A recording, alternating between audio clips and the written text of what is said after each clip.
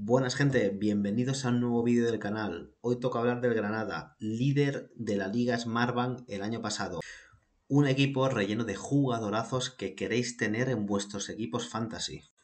Y nada, antes de empezar con el análisis, que lo suelo retransmitir en directo por Twitch, pediros que os suscribáis en el canal, que es gratuito para vosotros y me ayudáis a crecer y a seguir haciendo este contenido y darle a la campanita para activar las notificaciones. A priori, empecemos. Granada, líder de Smartbank, equipo con más victorias, 22, y vemos que la diferencia entre goles a favor y goles en contra es la más grande de toda la categoría. A priori, esto significaría que el Granada tuvo un paseo por la Liga Smartbank, que fue el líder indiscutible durante todo el año. Y tengo muchas ganas de hablar y hacer este análisis porque no ha sido así. Sorprende bastante, me sorprendió a mí, yo fui el primer sorprendido y no ha tenido un camino de rosas ni mucho menos. Ha tenido varios percances que vamos a comentar y bueno, gracias al entrenador, al segundo entrenador, porque el primero sorprendentemente fue destituido, y diferentes lesiones bastante importantes, al final se ha podido reponer. También es decir que el Granada, gran parte del equipo que bajó de primera el año pasado lo mantuvo. Además, jugadores que en primera eran titulares, el Granada fichó jugadores o subió jugadores del filial que al final han obtenido la titularidad. Así que tenía una plantilla, yo creo que junto con Las Palmas y quizá el Levante eran las mejores plantillas de segunda división. Las Palmas, ya lo repetí en el vídeo anterior, yo creo que era el que tenía más calidad, pero Granada yo veo el equipo más compacto. Vamos a ver un poquito. Granada, sin duda, en los Cármenes ha sido un auténtico fortín. No ha perdido ningún partido en segunda, cosa que es muy complicada. Ha ganado 17 partidos y ha empatado 4. Eso sí, fuera de casa se va un poco a media tabla, bastante lejos del ascenso directo y de los playoffs que dan acceso a la tercera plaza para subir. Si el Granada sigue así, en primera división va a tener problemas, pero es algo que deberán trabajar. Bueno, comentamos un poquito para entender un poquito todo esto que he dicho de los percances. El Granada inicia la temporada con Karanka como entrenador. Karanka, ex segundo entrenador del Madrid, ex entrenador del Bournemouth, que ya entrenó al Granada los últimos partidos en primera cuando descendió. En el último partido ahí a flecha contra la espada y la pared con el Español. Quien ganaba ese partido se salvaba y fue el Español el que se salvó en detrimento del Granada.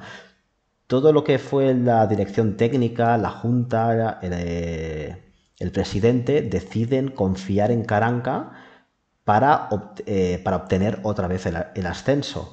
Y sí que es verdad que gracias a Karanka se traen dos jugadores que son muy importantes. Uno es Melendo, del Español, se ficha en propiedad.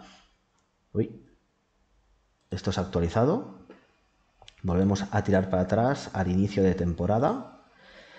Uno es Melendo, del Español, y el otro es Callejón, que llevaba muchas temporadas en Italia haciéndolo muy bien, el exjugador del Madrid. Callejón, que ha estado en el Nápoles y Fiorentina últimamente. Estos dos jugadores los trae Karanka y sí que obtiene el mejor arranque de temporada que nunca ha tenido el Granada, que son 9 puntos en los 3 primeros partidos. Eso sí, si avanzamos después, sí es verdad que se le achaca mucho a Karanka, que sí que obtuvo una gran consistencia defensiva, dejando la portería a cero en muchos partidos, pero a raíz de esos 3 primeros partidos, más allá, la producción ofensiva con la calidad que tenía delante ha sido muy pobre. Destacar también que empezó a ser bastante discutido en el 4-0 en Eibar. Avanzando un poquillo, vemos que acumula bastantes derrotas y bastantes empates en cuanto a la liga. Y hasta la derrota en el Real Oviedo que constituye la destitución de Caranca. Sin contar esas 3 primeras victorias, que lo tengo apuntado aquí, sin contar esas 3 primeras victorias que obtuvo en las 3 primeras jornadas, en los 12 siguientes partidos obtuvo 3 victorias, 3 empates y 5 derrotas. Por eso digo que el Granada no empezó nada bien, porque en el momento de la destitución de Caranca estaba a 3 puntos del playoff, a 5 puntos del ascenso directo y a 8 puntos del líder, que en ese momento era el Alavés, el que subió a raíz del playoff. Entonces, la remontada tampoco es que estuviera muy lejos, pero bueno, el club decidió que no tenían equipo para no estar ni en playoff. Y la dinámica negativa y lo poco que aportaba el Granada en ataque. Entonces se fichó a Paco López, un entrenador bastante conocedor de primera por los años que estuvo en el Levante, además con buen juego. A partir de ahí, Paco López lo destituyeron del Levante en 2021 y no volvió a entrenar hasta este 2022 que lo fichó Granada. Sí que es verdad que Paco López le costó un poquito empezar, ¿vale? Con alguna victoria, alguna derrota, algún empate, pero su buen juego ganó la grada. Sabemos que Los Cármenes es una grada que anima mucho, ayuda muchísimo al equipo, es de las mejores aficiones y de los mejores campos que hay en la Liga Española y lo podremos disfrutar en primera. Y nada, Paco López sacó el equipo adelante. Y lo más importante es que cuando los equipos que luchaban contra él para conseguir el ascenso, tipo Las Palmas, tipo Alavés, tipo Levante, tipo Eibar, Cartagena, dieron un pequeño bajón, el Granada respondió. Y en todos esos cruces de equipos que estaban arriba, Granada no perdió ninguno, sobre todo al final de temporada. Los ganó todos o empató alguno, cosa que hizo que al final quedara primero, pero no muy lejos ni de Las Palmas, ni del Levante, ni del Alavés, ni del Eibar. Entonces fue una liga muy reñida, pero que al final supo sacar adelante y quedar primero, aún una destitución de un portero. Otro hándicap muy grande, que ahora veremos en los primeros partidos, como estoy haciendo últimamente, he cogido los 2 primeros partidos con Paco López y los 4 últimos partidos con Paco López. ¿Vale? Para haceros una idea, a mí la etapa que ha vivido el Granada con Caranca no me interesa, la verdad. O sea, vamos a analizar las claves del ascenso del Granada, sí, pero con intención de ver jugadores y ver posibilidades para nuestros equipos de fantasy de primera, cuando el estilo es totalmente diferente. Sí que Paco López, con esa estructura defensiva que consiguió Caranca, aportó mucho ofensivo. Y una de las claves es Paco López, obviamente, y otra de las claves es este jugador que vemos aquí, que es albanés, Mirto Uzuni, que ha sido el máximo goleador del Granada y máximo goleador de la Liga Smartbank, con ni más ni menos que 23 goles. Una auténtica burrada. Ha sido clave en muchos partidos, además con partidos de 1-0, de 2-1, goles que significaban 3 puntos o goles que significaban empates realmente importantes. Sí que es verdad que veremos que la plantilla del Granada es muy amplia, hay muchos jugadores muy conocidos y muy buenos, y al principio sí que Paco López confió en estos 11 jugadores y veremos que en algunos casos se repiten al final de temporada, pero en otros no. José Callejón y Uzuni son claves, Óscar Melendo para él es un jugador súper clave, ya era para Caranca y lo es para Paco López, para generar juego. Y los laterales, Carlos Neva y Ricard Sánchez también. Ricard Sánchez, jovencito, ex de la cantera del Atlético de Madrid, nunca había destacado por la faceta ofensiva, pero este año sí que es verdad que en el Granada ofensivamente ha sido un cañón. Y para los juegos que beneficia esto, Ricard es muy interesante. Y aquí vemos que la primera pareja que decidió él confiar fue Ignasi Miquel, que repite en lo que es toda la temporada, y Eric Cavaco, que sí que es verdad que pierde su puesto.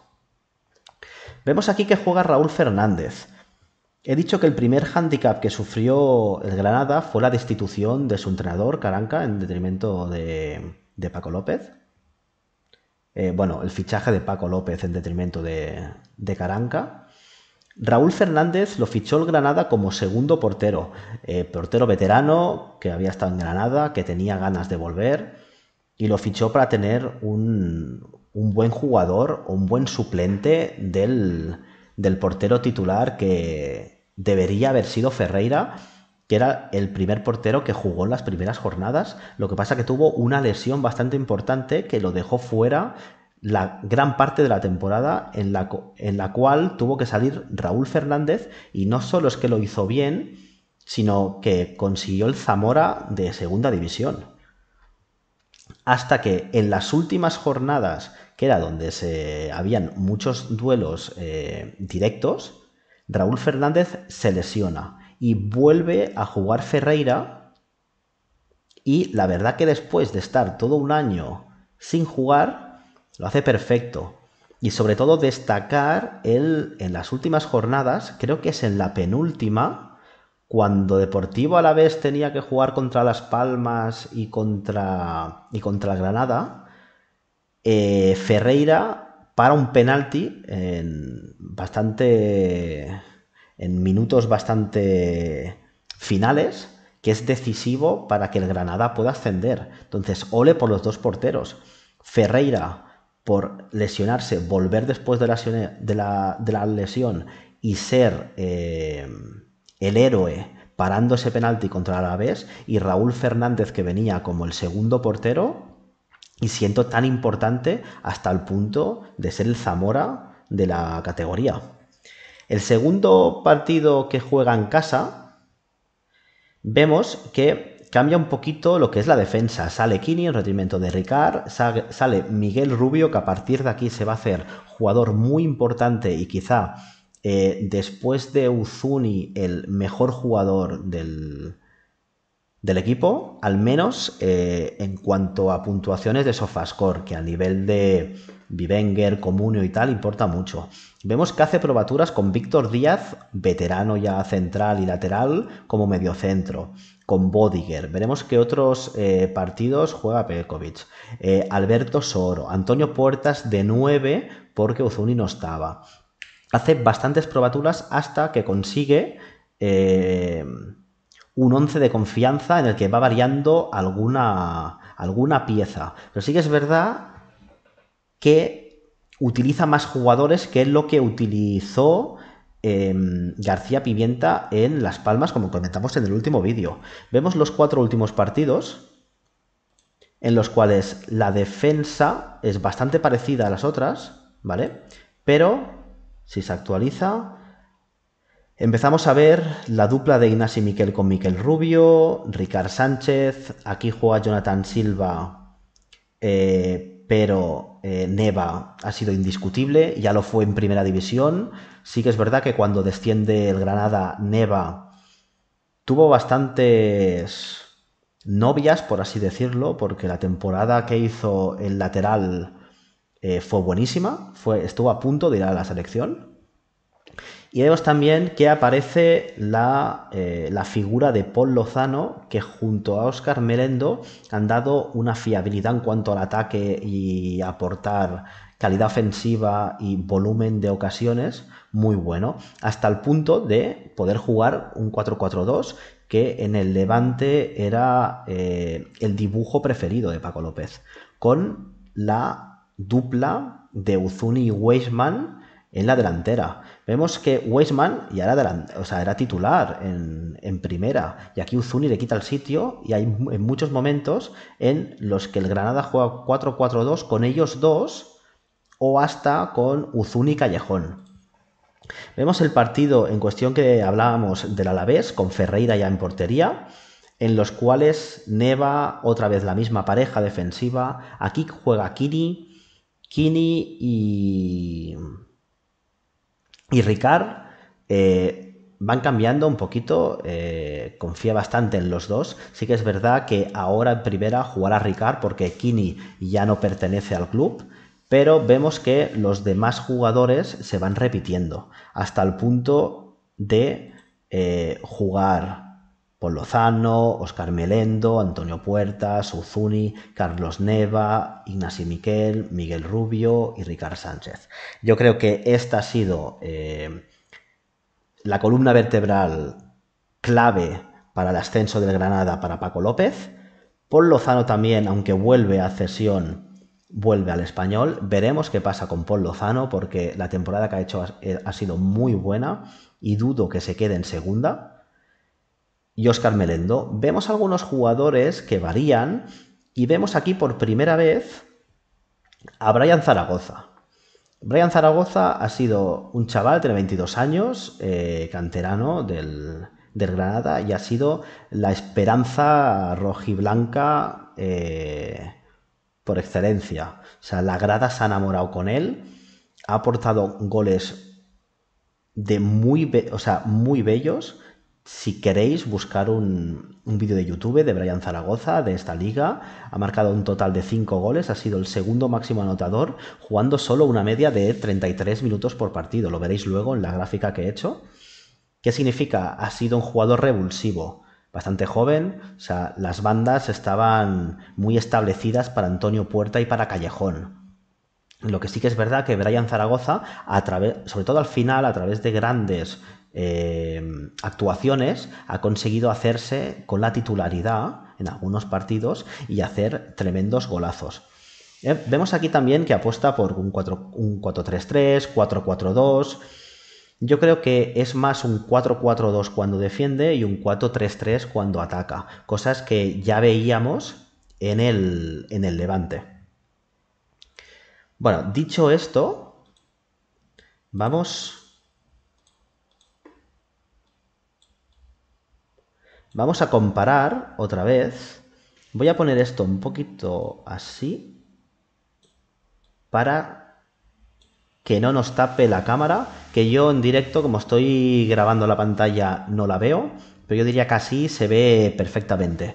Un poquito con las dos páginas que he estado comparando, tanto la Alavés como Las Palmas, Comuniate y Fútbol Fantasy y Comuniate, para ver qué opinan. En las dos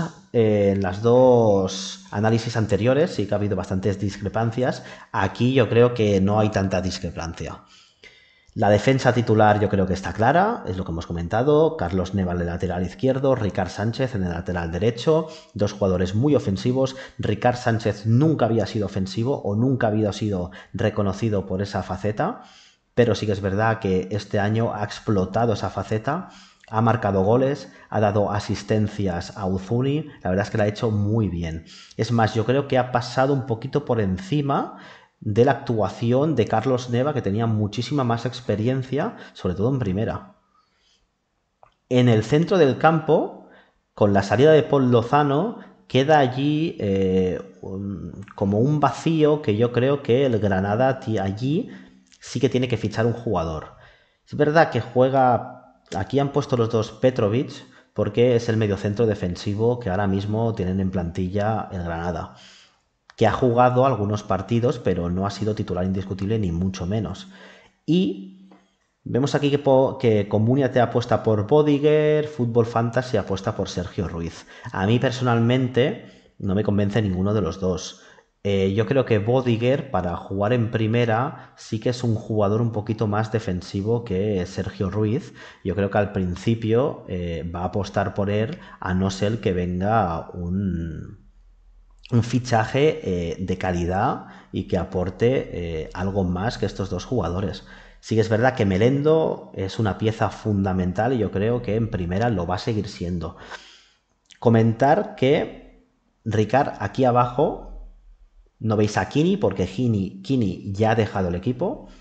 En el mediocentro no veis a Rochina, un jugador zurdito, muy técnico, buenísimo.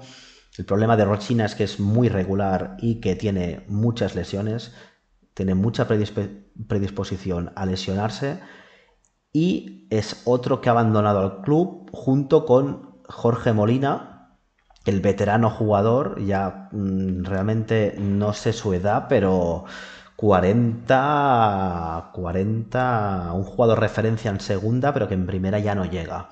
Sí que es verdad que arriba apuestan las dos páginas por la misma tripleta, Uzuni, Callejón y Puertas. Yo creo que Uzuni y Callejón se van cambiando las posiciones. Callejón le gusta mucho bajar a coger la pelota, organizar. Ya veréis que ha sido el máximo asistente del equipo y de la liga. Uzuni es más goleador. Y aquí Puertas, capitán, veterano, ya jugó en primera. Un tío con galones, que se le dice.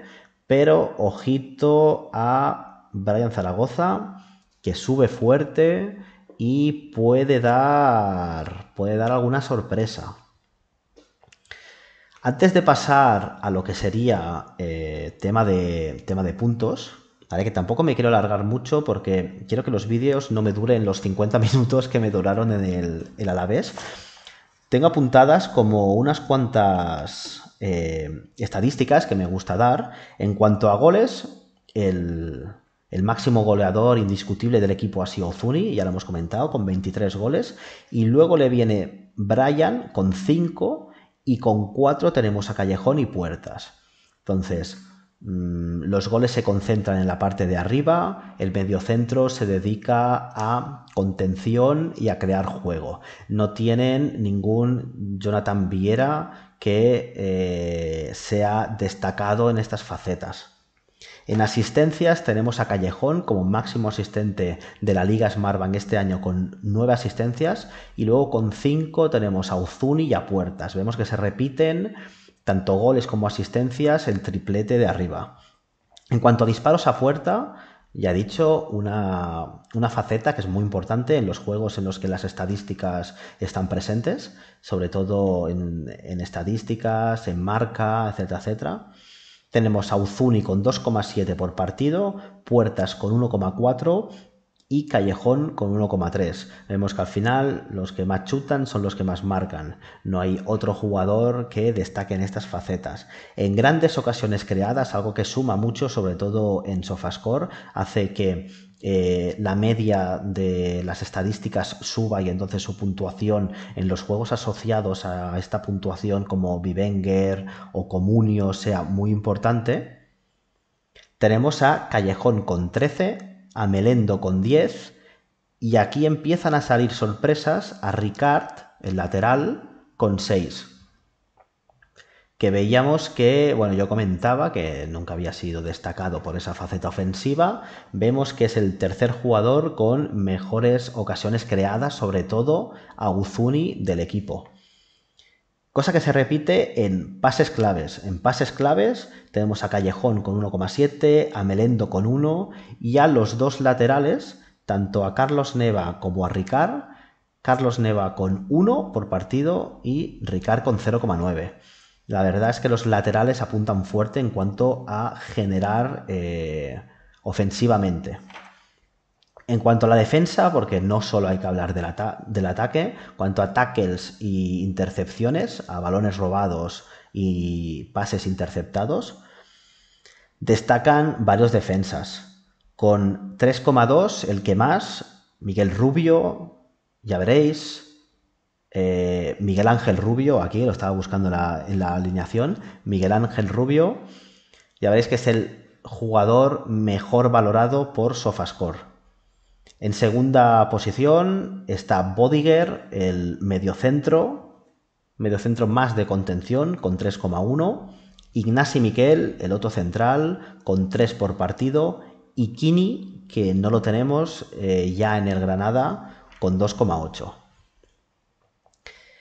Vemos aquí, aparte, que no lo hemos comentado, que las dos páginas apuestan por Raúl Fernández. Yo no lo tengo tan claro. La verdad que tanto Raúl Fernández como Ferreira se merecerían ser titulares el año que viene. Veremos qué pasa, veremos si alguno de los dos le llega alguna oferta para jugar en otro equipo, porque la verdad que se la han merecido. No sé cómo estarán, no sé por cuál se decantará Paco López. Han jugado los dos con él. Raúl Fernández tuvo que jugar sí o sí porque Ferreira estuvo lesionado y después Ferreira jugó porque Raúl Fernández se lesionó. Y vamos, siguió con Raúl Fernández porque lo estaba haciendo genial. Al final ha sido el Zamora de la competición. Veremos a ver, pero yo no lo tengo claro que sea Raúl Fernández el titular en la portería. En cuanto a puntuaciones, he escogido los mismos tipos de puntuación que hice en Las Palmas y un poquito los jugadores que para mí son los más interesantes. Vemos aquí que los dos porteros, he puesto aquí a Ferreira, no he querido poner ni estadísticas, ni picas, ni prensa, porque con 11 partidos jugados, la verdad es que no es muy representativo, habría que hacer la media. Pero sí es verdad que el valor que le da SofaScore a los dos porteros es muy parecida. Entonces, ojito aquí. Bueno, vemos que el líder indiscutible en cuanto a puntuaciones es el delantero Uzuni. También ayuda a los 23 goles que ha marcado y las asistencias que ha hecho. Un cañón total en estadísticas, en picas, en prensa, pero vemos, como he dicho anteriormente, que no es el mejor valorado. No sé si esto se ve bien o voy a hacerlo así para que se vea, para que no haya ningún chance de que tape la cámara. Vemos que la máxima puntuación que da SofaScore. Aquí yo no puedo entrar porque estadísticas sabemos cómo puntúa, lo he repetido en cada vídeo. Picas también, depende mucho del cronista, hay que estudiar el cronista, hay que ver qué jugadores le gustan, hay que ver si pierde, aunque un jugador haya hecho un buen partido, el cronista decide no darle tantas picas, penalizarle. Y prensa, que es la combinación de picas con marca. En SofaScore no conocemos, yo creo que nadie conoce el algoritmo, son muchísimas estadísticas que se van actualizando cada segundo del partido y vemos que Miguel Rubio es el máximo. Entonces, para juegos como Vivenger, como Comunio, juegos que dependan de la nota de SofaScore, ojito a Miguel Rubio, que es un jugador que va a hacerlo muy bien, titular indiscutible en el equipo cuando juegue en Primera División y creo que ha salido bastante baratito. En tercer lugar tenemos a Callejón, que a pesar de sus 36 años, ha jugado todos los partidos de la liga, la mayoría de titular, creo que ha jugado solo 6 de suplente, jugando una gran cantidad de minutos, y vemos que en todo lo ha hecho bastante bien, en stats muy bien, aportando sus goles, asistencias, balón parado, en picas, en prensa y en SofaScore.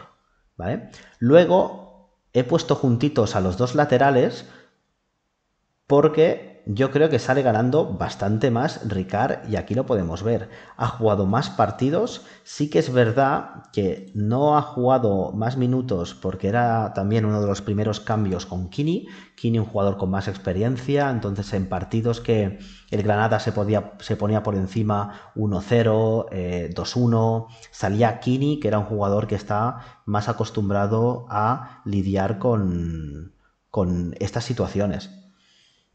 Luego he puesto al central Ignasi Miquel, que junto con Miquel Rubio han hecho la pareja al final titular para Paco López. Buenas puntuaciones también, sobre todo destaca en prensa, no tanto en picas.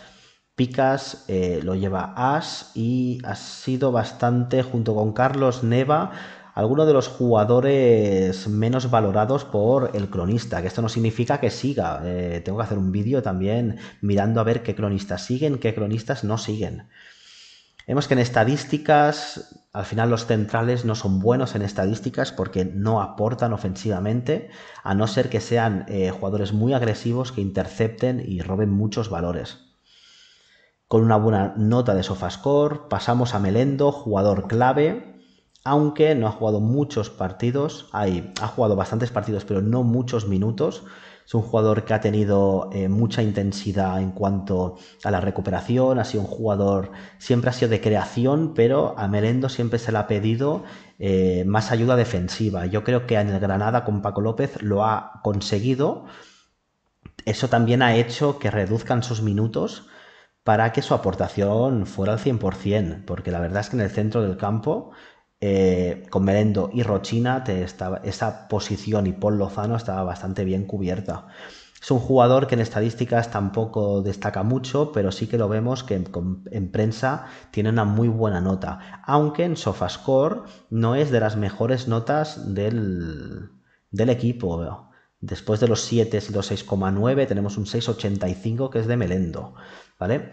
Puertas está un esglaón por debajo en cuanto a los demás, tanto en puntuación, en prensa, en picas y stats. Y vemos por último Brian Zaragoza, quizá el más laureado por parte de las gradas del campo del Granada, de los Cármenes, por la afición, un jugador que ha entrado por los ojos a muchísima gente, jugador con desparpajo, uno de los máximos regateadores, creo que el más regateador del equipo por partido, jugando solo 32 minutos por partido. Y vemos que jugando 32 minutos solo por partido, la puntuación tanto de estadísticas, sobre todo, porque un jugador, si sale 30 minutos y es muy vistoso, veremos que el cronista lo puede cuantificar igual que un jugador que ha jugado 90 minutos. Al final le pone una pica, dos picas, tres picas, cuatro picas o un -2. En cuanto a prensa, igual. Y en cuanto a Sofascore, también, porque no concentra en 90 minutos. No varía, sino concentra en los minutos que ha jugado. Es un algoritmo que representa lo que está aportando el jugador en el campo. Pero sí que es verdad que vemos que en estadísticas está, por jugar tan poquito, está bastante cerca de todos los demás. Así que ojito con Brian Zaragoza si se hace con el puesto de titular el año que viene en primera, que no es raro porque Puertas es un jugador con experiencia y galones, pero no sabemos qué puede llegar a aportar en primera otra vez, o es un chaval joven con desparpajo, velocidad y regate el que se hace con el puesto. Y nada, chicos, hasta aquí el análisis de Granada. Espero que os haya gustado. Ha durado menos de 40 minutos, yo creo que más o menos como el de Las Palmas. Creo que no me he dejado nada importante por decir. De lo que tenía apuntado lo he comentado todo. Y nada, espero que os haya gustado. Ya sabéis, cualquier cosa que tengáis, cualquier duda que tengáis de la tabla esta que he hecho, que es mía, de las alineaciones, de si ficháis uno, ficháis otro, de los rumores y tal, pues en mis redes sociales, tanto Twitch, tanto YouTube, tanto Twitter. Próximamente tendré TikTok y tal, me lo podéis comentar tranquilamente, yo respondo.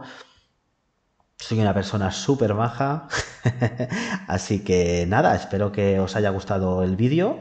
Y ahora lo que viene es hacer vídeos diferentes en cuanto a alineaciones de toda la liga, chollos, explicación un poquito de todos los juegos y todos los tipos de puntuación, jugadores clave, jugadores baratos que yo creo que lo van a hacer bien, apuestas, consejos, etcétera, etcétera. Y nada, daros las gracias por quedaros en el vídeo, escribirme en comentarios lo que queráis, los veo, los respondo, me ayudan a mejorar y nada, hagamos entre todos mejorar este escudito.